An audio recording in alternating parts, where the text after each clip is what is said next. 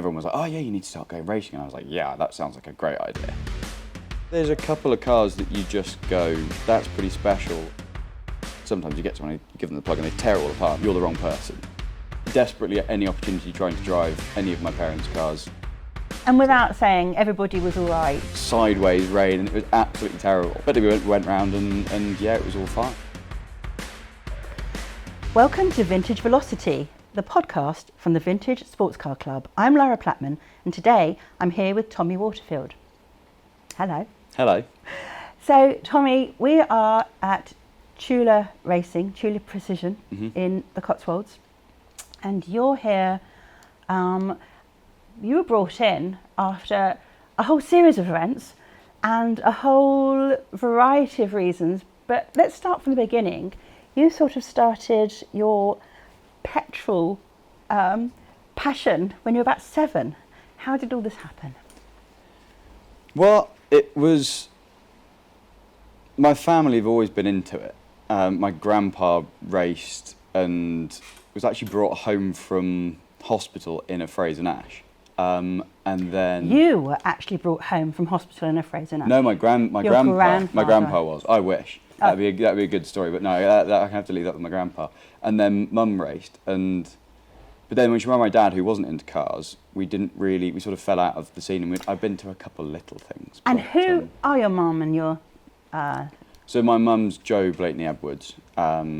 She's been around the VSCC since she started racing. She went to Bolzano, I think, when she was 21 in 1989, and just fell in love with the people and the cars and everything, and then started racing the following year. And yeah, the rest was sort of history. So it's sort of in the blood. And who is your grandfather? My grandfather was Tim Pryke, who, yeah, again, he was always into cars. Originally in Victors, and went through a spell of Lagondas, and then he got his first Fraser Nash and completely fell in love, and then went on to be Nash captain, and generally was sort of deemed as one of the old guard within the Nash lot for a good long set of years. But yeah. Did you know of any of your grandfather's cars? Oh yeah. Well, I went on a few events with him. He helped me build my car in a way. He sort of organised the engine, and the first car I ever drove was his Fraser Nash Shelsley, and then we went to a Norfolk Tour Fraser Nash thing in his car once. And how old were you when you first drove his car? That must have been 8 or something like that, 7 or 8, around his driveway. So, quite frankly, from a child, you were just, that was it. You had no chance. Well, I was terrified of them to begin with, because he had a garage at his house, and the cars were all laid out, and I used to find the front of them with headlights terrifying. And what he would do... Because they were taller than you. Well, he tricked me, and he knew that I was terrified. He was like, no, it's absolutely fine. Go and have a look round, and don't worry, they're not scared. And this must be when I was like 5 or 3 or whatever. And I went into the front of the car, and when I went round to the front, and I got to the most terrifying point, he pressed the horn on one of the cars, and I jumped out my skin and ran off back through the workshop. So, whilst he was chuckling in the background, but yeah, it didn't put me off. Didn't put you off. So, so then your mum was racing, and then when did you start? In all sincerity. Well, was it before you could drive on the road? Yes, yeah. I was at that point fully set. I'd gone on the French trip the year before and met a load of people and had a brilliant time. And then with the Fraser Nash lot, with just the VSCC youth at the time. Luke Roberts was a friend of ours, and he said you ought to come along, and stuck me in the back of his Model A. I just fell in love with the people, and at that point everyone was like, oh yeah, you need to start going racing, and I was like, yeah, that sounds like a great idea. And so for my birthday, I asked to, I think my dad got me a sort of track day experience at Silverstone at 16, which was like the best thing in the world.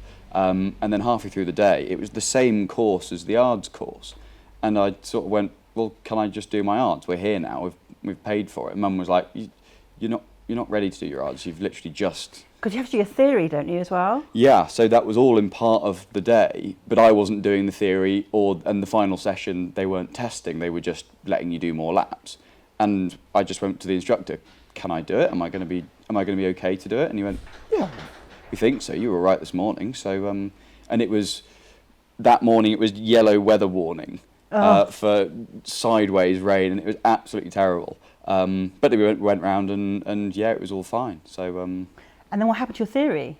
Well, they did it all in the day. So I just went in and did the exam at the end of the day with everyone else, and so signed all the paperwork and. Yeah. So you didn't do any swatting up. You just went and you knew your flags anyway.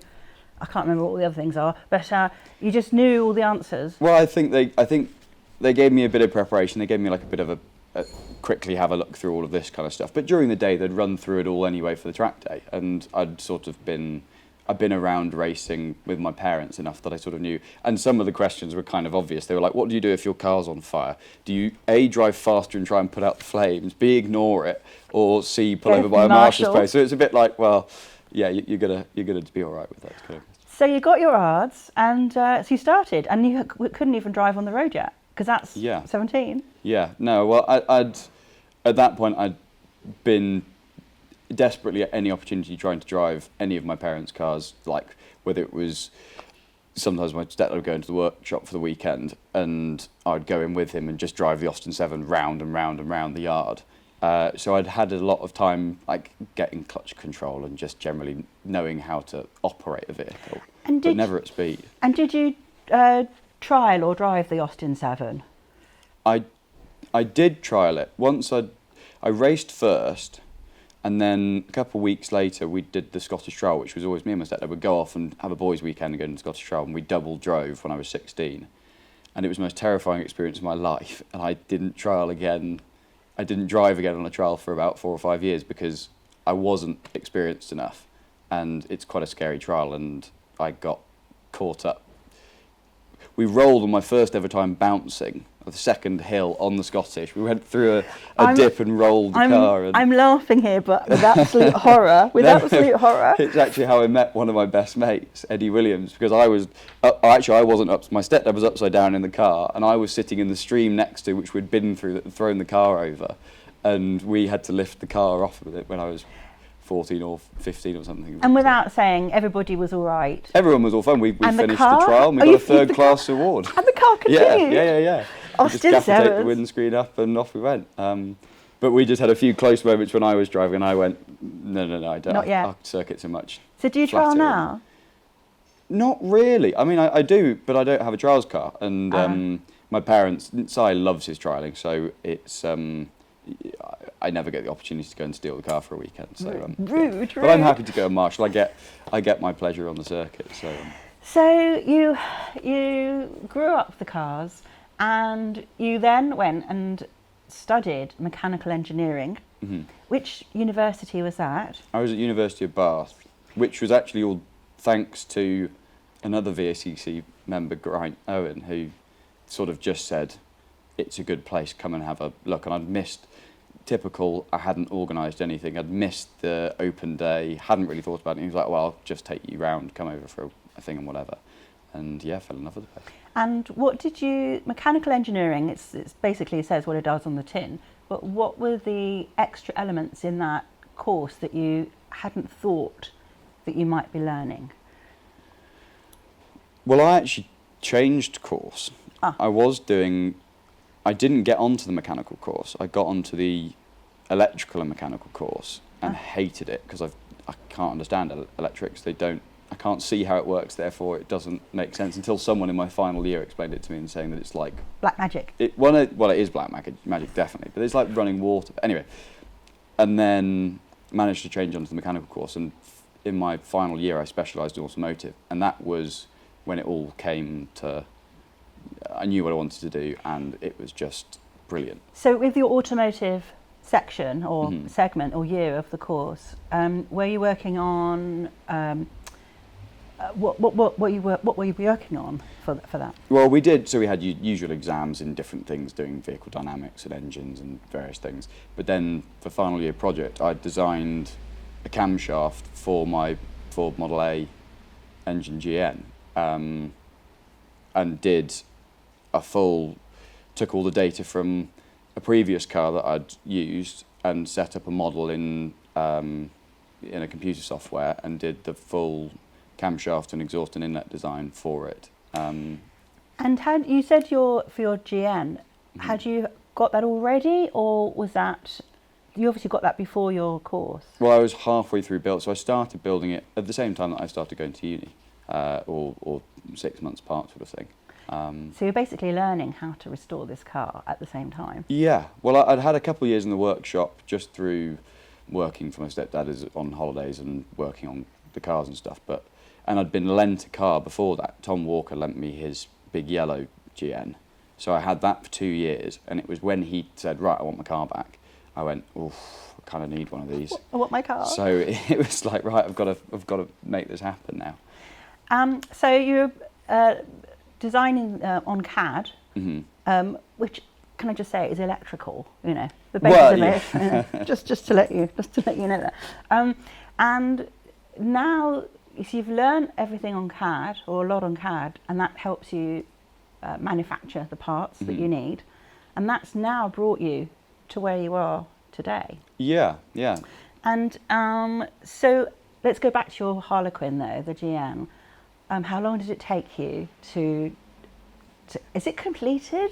Yeah. It's no, it's never completed. Yeah. I was going to say, when was your cut-off point that you said, right, I'm ready to drive this now? Well, I entered it for Montley, which was about 4 years after I'd, sort of 3.5 years after I'd started it.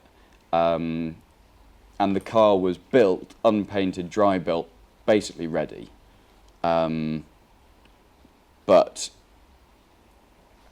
you think when you look at it there and you go, it looks like a car, it's all built, it's done. No, it then took another 6 months from there. It's the beginning of the And I'd signed up to there was a race meeting in Ireland that the Nash Club were doing, and there was a raid going over there, mini raid for a week in Ireland with a race meeting at Modern Dello Park at the end of it. And it was like, right, okay, it's got to be done for then. And so I think a week beforehand, a couple of mates, Huey and Louis, came and helped. And we just blitzed the finish in a weekend of all the final little things and drove it down the road at 8 o'clock at night on the Sunday evening. And then, a week later it was on the ferry to Ireland. So you've built this Harlequin. What year was the chassis? What year is the basis of the car? And can it race at Montlhéry? Is it got classification as a historic car, as a vintage car? Yeah, so it's under the VSCC's rules of what people describe as a special. So it's got a myriad of different parts. So it's got 1922 chassis and rear axle, and then it's got brakes from a 1929 car and engine from a 1928 car. So it's a racing car built out of available parts at the time to try and create the sort of fastest formula. And does there have to be a certain amount of particular old parts, original parts in the car to allow it to be classified? There's sort of like the traditional unwritten rule of the 3 of the 5. So if you've got 3 of 5 major components, which are what for the listeners? I think chassis, engine, rear axle, front axle, bodywork. So I basically made sure I had my 3 of the 5, made sure I had my bits on the floor, and then went, right, okay, I know that I can do this, and I know it's going to be a thing, and make up everything in between. There's a lot of air at the beginning of it. What are the parts that you made, that you manufactured yourself with the CAD machine, the CAD design scenario? Well, there weren't too many bits that I actually had to CAD design. There is a few cases when you draw things up, but most of the time it was just a case of I couldn't afford to buy new parts, and old parts, some of them are worth quite a lot because they're valuable to put on your car, and some of them are knackered and so they need repairing. But generally I'd just buy castings or old knackered parts and repair them, and I couldn't afford to get someone to machine them for me, but there was a lathe at work, so I asked the toolmaker to teach me how to do stuff at work, and slowly got better and better. And then I went and lived with Mark Walker for a bit, and he helped me learn to machine and how to look at the design process of, right, what's going on, what do you want it to look like, looking at the sort of bigger picture rather than just what you're trying to achieve. And it sort of slowly built from there as my skill set grew. And at university, did you learn the mechanics, the hardware sort of the lathes and die making, tap and dies? And not too much, actually. It was much more theoretical. So where that brought it in is when it came to like designing something that wasn't standard, understanding shapes and testing things where you've got your different, basically teach you how to design something from scratch, where you've actually got to consider all the forces of the materials and how to build a strong, safe device. Whereas the rest of it was more, the mechanical stuff was done in the workshop. And so you've got both of these fabulous foundations, one of the design and one of the experience of working with experienced people that have taught you how to use the lathes and the machine. I think that's where a lot of the knowledge is hidden in people's brains, most through experience. Like you can write something out on paper and it can make complete sense, and you can put it through testing and everything, and it will come out with no faults, and then you put it into practice and it doesn't work because there's either something you haven't considered, or there are so many different parameters that go into it. And actually talking to people that go, just trust me, that won't work, and just I've done that, I've done this, and that's where, and things like, I remember Mark, I'd had a fresh casting, and he was like, right, you need to prep casting now, and in terms of making it not look like it's a brand new casting. And so he was like, right, get your big course file, because in 1922, when the 18-year-old apprentice was in the GN factory and he was prepping castings all day, he wasn't there making sure they were absolutely perfect. He was getting them and he was filing roughly off all the rough bits and then chucking it onto the next pile so that it could be machined.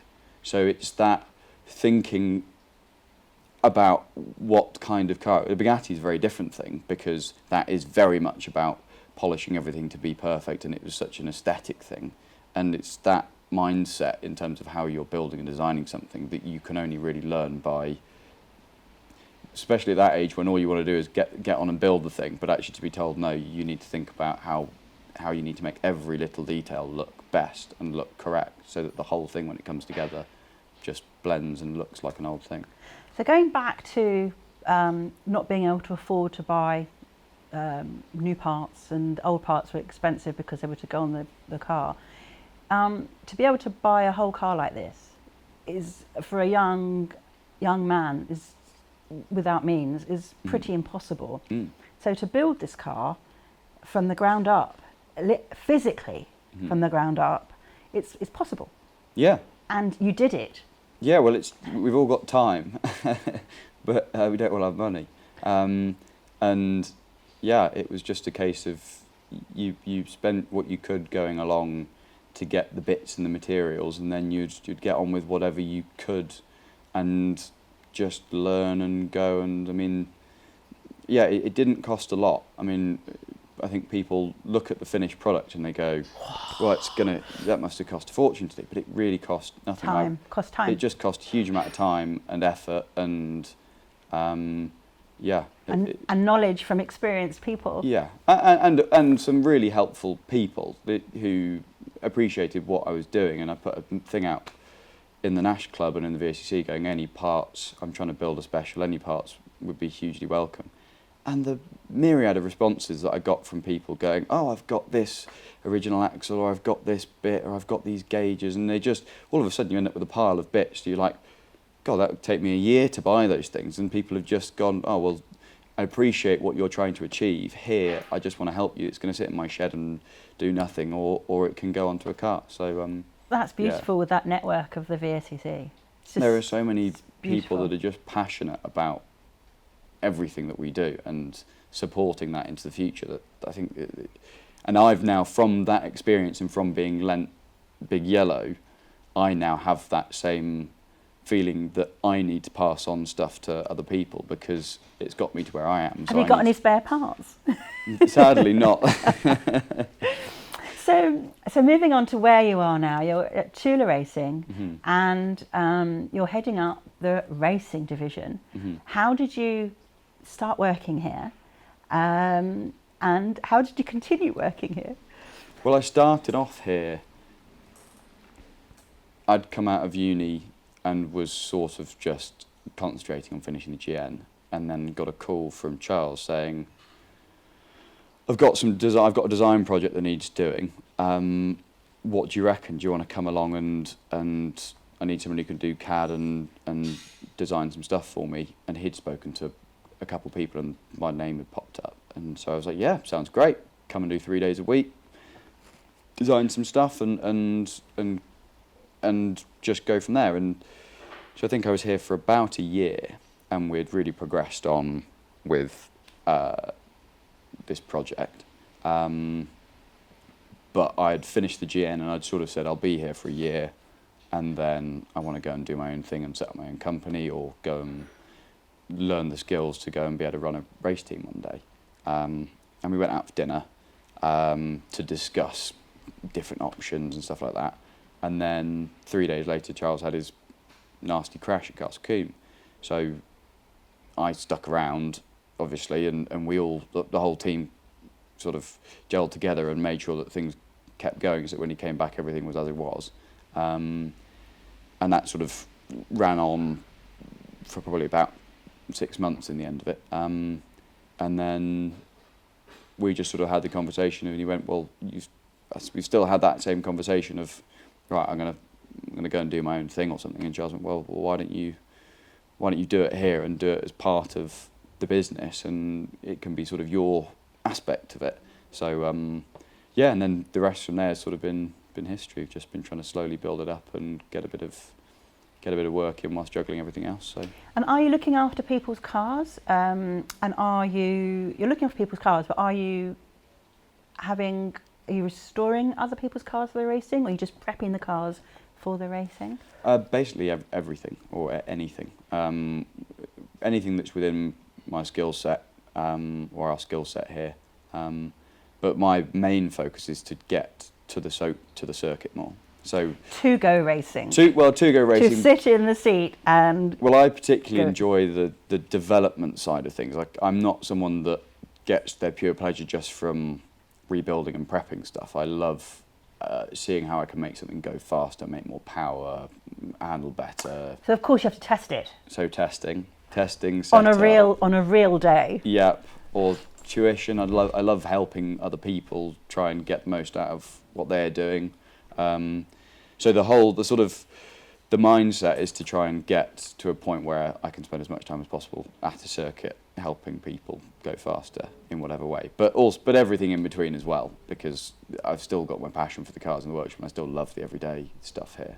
And without this development and manufacturing and restoring, you can't get that car on the racetrack anyway. No. You can't have the end without the working through the journey. And the best projects are when someone basically gives you a blank canvas and they go, right, here's a shell, build it in, because then you can start from ground zero designing a car that is going to, when you hit the circuit, all you've got to do is tweak a few little things and you're going to be right on the money.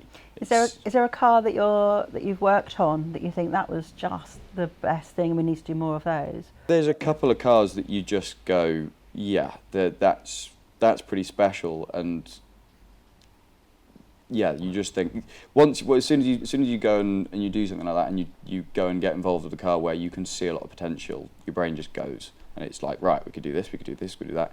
The limit is sometimes, well, the limit is always how much you want to go into it and how much you want to throw at it, but there's always potential. I mean, these are historic and vintage cars, and there's always those regulations about an equal playing field. Mm-hmm. With your brain and your training of designing and manufacturing and making things go a lot faster, there's quite a few different sort of prep teams around that we know of.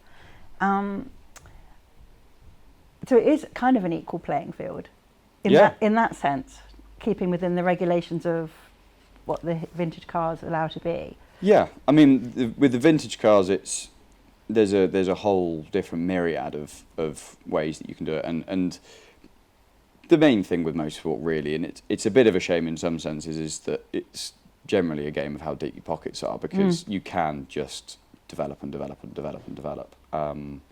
But yeah, some of the So we've had great fun with Charles Ford Capri, a Group 1 racing Capri, and we've had great fun developing that because it's got proper regs, because they were, when you run to FIA spec, you're given the regs for the year that it competed in or the series that it competed in, and you've got to stay within those rules. And quite often with stuff like production sport, saloon car racing, which is what it is, you aren't really allowed to change a lot. So trying to find those little edges over the next bloke who's got exactly the same car with the same engine making about the same power, that's where you're not just doing the obvious things, you're trying to think about how you can be clever to develop it, and that's the bit that's exciting, trying to work around the rules or work within the rules. But yeah. And have you raced that car? Has that been out? Yeah, so I've raced that. It hasn't been out this season, but we did a full season in it last year, starting at Goodwood, and did a full HRDC season. And how did that go? It was really good. It was a cracking year. We slowly just got the car better and better, and me and Ben got faster in driving it, and finally the final meeting of the year we got on the podium. Good. And we're chuffed to nuts with it. So yeah. And is it going to go out next year as well? Yeah.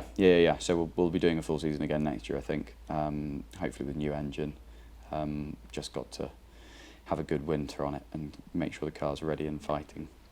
So with the development here, mm-hmm. I've seen in the workshop there's lathes, mm-hmm. there's all sorts of tap and die machines, there's all sorts of heavy duty industrial machines going on, and yet this is a new workshop, a fairly new workshop. Mm-hmm. It doesn't quite yet smell of a mechanical workshop because mm-hmm. it is quite new still. Yeah. Is it an equal mix of CAD design and working on the machines, or what's the mix here? Mostly it's workshop stuff here. So I mean, we've got a machinist that works full time here, and he's a genius, hands-on machinist, manual machinist, and he makes everything for us, all the small little bits and all little castings and things like that.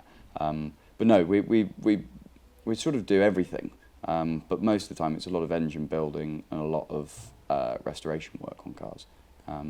So it depends on what sort of time of year it is. So coming into winter now, we're looking at the projects again, and we're going, right, okay, we've got these things, and we've got the ones that you just slowly chip away at, and then as soon as the summer comes around, you get people calling up going, I've damaged my car this weekend, I need to bring it in, and it needs to be going out next weekend, or I've got an event, and it's one's planning for the unexpected, but it's all going on at the same time. It's great.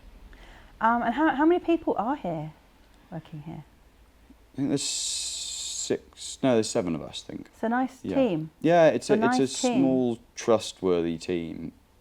We've had a mixture of different people work here, and yeah, just having a good tight-knit team of people that are good and can get on with their stuff without having to be kept an eye on just makes it so much easier, because it just means the quality is guaranteed every time. And because it's such a small team, which is a nice, decent team, is there any room for apprentices here? In that sense that it's quite hard to train an apprentice when there's a team is quite succinct anyway. Yeah, no, definitely. There's always space for people. I mean, it's difficult to go from ground zero in something like this, because there's very little that we do that is that complete entry level of stuff. Charles always says that the test that he gives people when they come here is he'll give them a plug socket to rewire, or he'll ask them, did you build RC cars or Meccano growing up? And it's that sort of like, it's almost more the mindset than anything else. You can teach them how to do stuff. But it's the adaptability and the engineering skills of transfer, and it's just that careful thought process and the way that you approach a job. If you've got the mindset of the right way to approach something, you can be taught all the skills in between, but it's that, okay, take it slowly, what can I see in front of me, consider everything, and then go from there. It's when you rush into something and tear something apart, like sometimes you get someone, you give them the plug and they tear it all apart, and they go, oh, I actually don't know which one that went into. You go, well, you're the wrong person, because you're not considering everything. But no, there's always, and it's a really difficult world at the moment, because all of the good people know they're good and set up on their own because they're good, and it's really good mechanics are few and far between, and so anyone that shows the aptitude and wants to come and do it, we would welcome them in.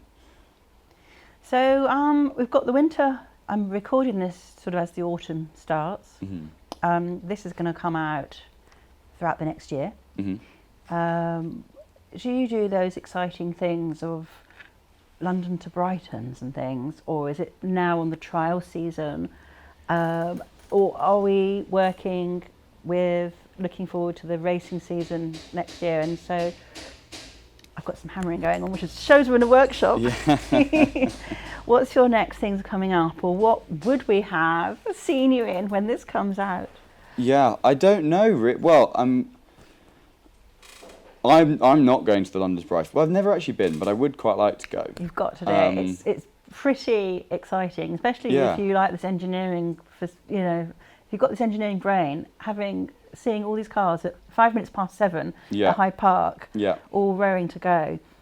Yeah. Well, Louis and a couple of other friends are going down, and they've built vintage motorbicycles. They've bought vintage little engines, and they've attached them to a vintage bicycle, and they're going to go and do the London to Brighton on that. So I'm tempted to go and be a support vehicle or something like that, just to go and be part of it.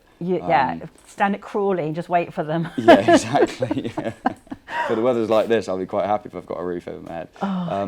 But no, I mean, there's a few more race meetings for the rest of the year, which is we go off with the HGPCA, and we've got a race meeting in Spain and Portugal next month, and that's for me is the big high end to the year, bit of a holiday, 2 amazing race meetings.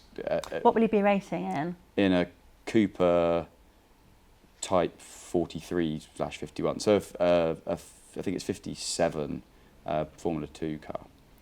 It's just fabulous, and there's a really good group of people there, and it's just a nice end to the year. And the weather should be good if it's in. Hopefully, if it's over there. Yeah, it can be questionable, but it should be good fun. And then it's the next season. Well, I'm going to stop here, and I just thank you so much for letting us into your brain. Your brain. It's so nice to know how it works. How you can build a car from the chassis up. And if people can do it. Yeah, you can do it, and you just have to make it happen. That's the thing. Anything's possible if you just really, really set your heart on it and you make sure it's going to happen. Because there's a whole load of people out there willing to help. You just have to go and force your way in front of them and go and start talking to them, and eventually it will be built. Yeah. Thank you very much. Thank you, Tommy. Yeah, thank you. Right. Well, thank you very much for listening, everybody. And next week we'll have somebody else just as equally as exciting, and who knows who it's going to be. Thank you.